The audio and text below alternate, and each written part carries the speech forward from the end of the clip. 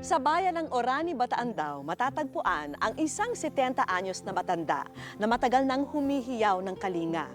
Dahil daw ito sa laman ng kanyang sako na pinaka-iingat-ingatan. Ang matagal nang nagpapahirap sa matandang ito ang nagtulak po sa amin para agad bisitahin si Lola Sako.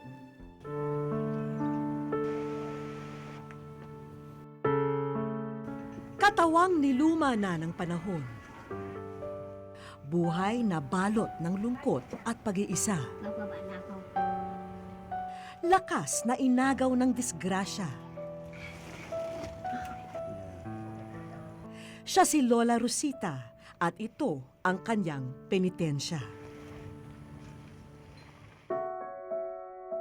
Hinanap noon ni Lola Rosita ang kanyang tadhana sa Maynila, subalit ang nasumpungan niya ay ang maagang pag-aasawa. Narating niya ang Bataan at nagkaroon ng 5 anak, subalit ang pagsasamay nauwi rin sa hiwalayan. Sa Bicol niya nasumpungan ang isang bagong pag-ibig na makalipas ang ilang dekada ay binawi naman ng langit. Sana ka ako, hindi mo ako iniwalayan. Sana ka ako, magkasama na tayo hanggang ngayon. Pinauwi mo pa ka ako eh. May anak na ako, ganito rin ang buhay ko dito, naghihirap. Hirap na hirap po ako.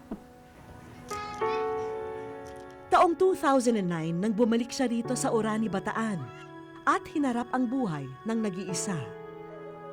Lingid sa kanyang kaalaman, ilang taon ang lilipas at may pagsubok namang nakaambang. Alas 6, pumunta akong palengke. Bumili akong bigas, 1 kilo. Sabi ko, wala. Tinignan ko yung lagyanan ko dyan, wala nang bigas, walang ulam. Eh di tumayo muna ako dahil mga sasakyan ganun-ganun. Nagtabi ako doon, sa tabi. Bigla na lang ako binundol. Bigla akong nadapa yata ako. Nakaganon ako. Sabi ko, aray ka ako. Balik ka ako, pa ako, tulungan niyo ako. Nalugmok ng pagsubok ang kawawang matanda. Walang nanagot sa nangyaring aksidente. Nadala naman siya sa ospital, subalit dala na rin ang kakapusan ay hindi naging tuloy-tuloy ang kanyang gamutan. Kasamang binawi ng aksidenteng yon ang lakas ng pobreng matanda. Hindi na niya mailiko o mabaluktot ang kanyang tuhod, dahilan upang hindi na siya makatayo. Gayunpamay, pinipilit ni Lola Rositang kumilos. Sa kanyang kalagayan, sino ba naman kasi ang kanyang maaasahan? Maswerte pa raw siya ngayong araw dahil may nagbigay ng bigas at noodles na kanyang mailuluto.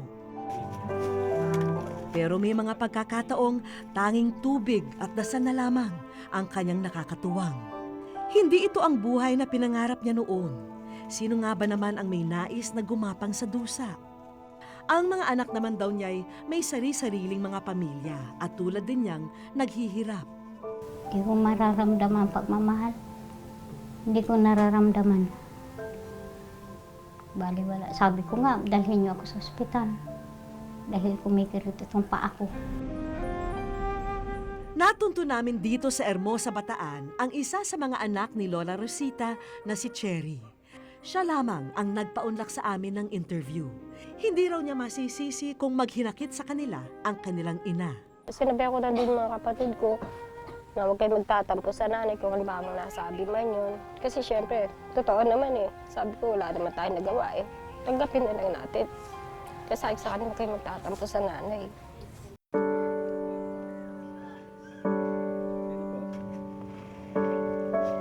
Sa kanyang abang kalagayan, nagagawa pa rin ni Lola Rosita na maglibang. Tuwing hapon, maingat niyang binabalutan ng tela ang kanyang napinsalang binti. Pagkatapos, binabalot naman niya ito sa sako. Dahan-dahan, hirapan pero tuloy ang matanda. Na hindi ako makakilos, sabi ko, Panginoon, pakilusin naman po niyo itong paa ko para makagawa naman po ako ng maganda na makakaayos man ang buhay ko. Sana po ako, Panginoon, sana may tumulong sa akin. Nakarating sa amin ang kwento ni Lola Rosita sa pamamagitan ng larawang ipinadala ng kapitbahay niyang si Aljon.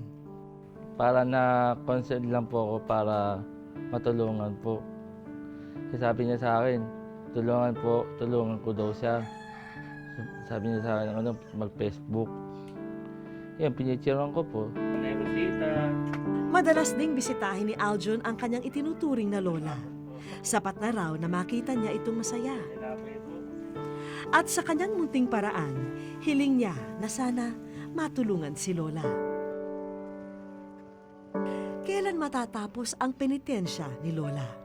Mananatili na lamang bang ganito ang mga binti ni lola?